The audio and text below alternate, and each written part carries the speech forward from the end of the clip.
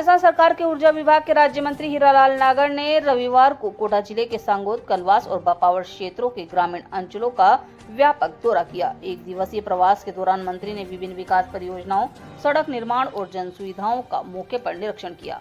इस दौरान कार्यों में गुणवत्ता की कमी और लापरवाही पाए जाने पर मंत्री ने अधिकारियों और ठेकेदारों को जमकर फटकार लगाई। इसी दौरान सांगोद प्रधान जयवीर सिंह, अमृतकुआं उप प्रधान ओम नागर, अड़ूसा क्रय विक्रय सहकारी समिति के अध्यक्ष ओम मेहता मौजूद रहे। निरीक्षण के दौरान मंत्री नागर ने खजूरी और उमरहेड़ी तालाब के पुनर्निर्माण कार्यों का भी जायजा लिया। उमरहेड़ी तालाब की स्थिति देख मंत्री ने गहरा रोष व्यक्त किया। उन्होंने पाया कि तालाब में पिचिंग और ड्रेसिंग का कार्य नियमानुसार नहीं किया गया था और पत्थर बाहर निकल रहे थे। जल संसाधन विभाग के अधिशासी अभियंता अनिल मीणा से जवाब तलब करते हुए मंत्री ने पूछा, क्या 40 लाख का काम है? अधूरा काम होने के बावजूद भुगतान कैसे किया गया? मंत्री ने खजूरी तालाब के निरीक्षण के दौरान निर्देश दिए कि तालाब के सीपेज रोकने के पुख्ता इंतजाम किए जाएं और गंदे पानी की निकासी के लिए अलग नाला बनाया जाए ताकि तालाब का पानी दूषित न हो।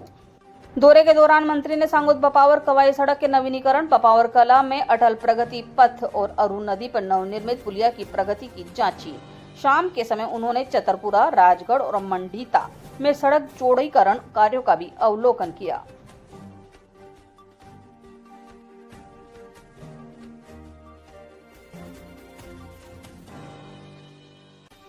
निर्माण कार्यों का निरीक्षण किया है, किस प्रकार की व्यवस्थाएं वहाँ लगी और किस प्रकार का काम देखने को मिला आज? देखिए, लगातार जब जनप्रतिनिधि अपने क्षेत्र के जो निर्माण कार्य जिनको हमें काफ़ी मशक्क़त आती है स्वीकृत कराने में, और उनको हम मॉनिटरिंग करने के बाद काम क्वालिटी का हो, इसके लिए मॉनिटरिंग भी आवश्यक है।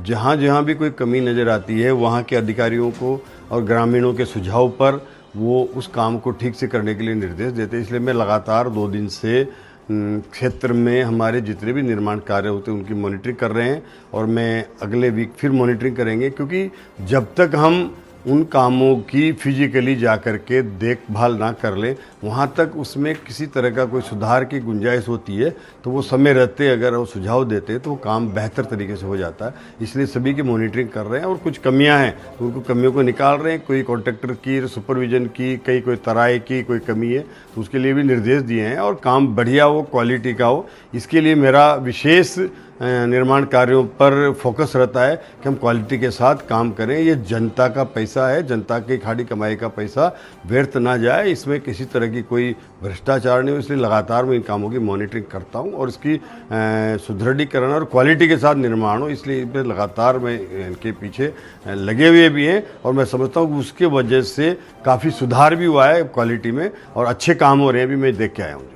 सर, पहले आपने जो निरीक्षण किए थे कई कामों में खामियां मिली थी, तो उन मामलों में अधिकारियों पे या किसी फर्म पे कोई कार्रवाई? देखिए, जहाँ भी खामियां मिली है, अगर वो काम कम क्वालिटी का था तो उसको तुड़वाया गया है। अगर उसका बिल नहीं हुआ, उसका एमबी नहीं हुई, उसके पहले ही उसको जांच में घटिया पाया गया तो उसको तोड़कर ठीक करवाया गया है। इसलिए हो सकता है वहाँ कमी नहीं हो, लेकिन जहाँ पर भी अगर इस तरह के भुगतान हुए हैं वहाँ वो कमियां रही है और उसके बाद उनका भुगतान कर दिया गया है तो ऐसे कामों में उन अधिकारियों के खिलाफ आने वाले समय पर कार्रवाई भी प्रस्तावित की जाएगी, क्योंकि इस तरह के किसी भी हमारी सरकार में कोई कोताही नहीं बरती जाएगी। सर, कई राज्यों के चुनाव परिणाम कल आने वाले हैं, क्या लगता है क्या परिणाम होंगे?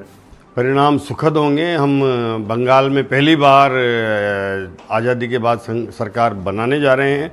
आसाम में हम तीसरी बार वापस जीत रहे हैं। तो ये भारतीय जनता पार्टी का लगातार हमारे जो राज्यों में नए राज्य जुड़ते जा रहे हैं और जनता के विश्वास पर हमारे प्रधानमंत्री मोदी जी का जो विजन है उस पर जनता को विश्वास है और जनता में एक धारणा बन गई है कि अगर विकास करना है तो हमें मोदी जी के साथ केंद्र में जो सरकार है उसकी समकक्ष उसी तरह की डबल इंजन की सरकार बनानी है, तभी सरकार विकास संभव है और इस पर जनता ने भरोसा किया है और उस भरोसे के आधार पर हम अब आसाम तो जीत ही रहे हैं लेकिन बंगाल में भी हमारी सरकार बनने जा रही है।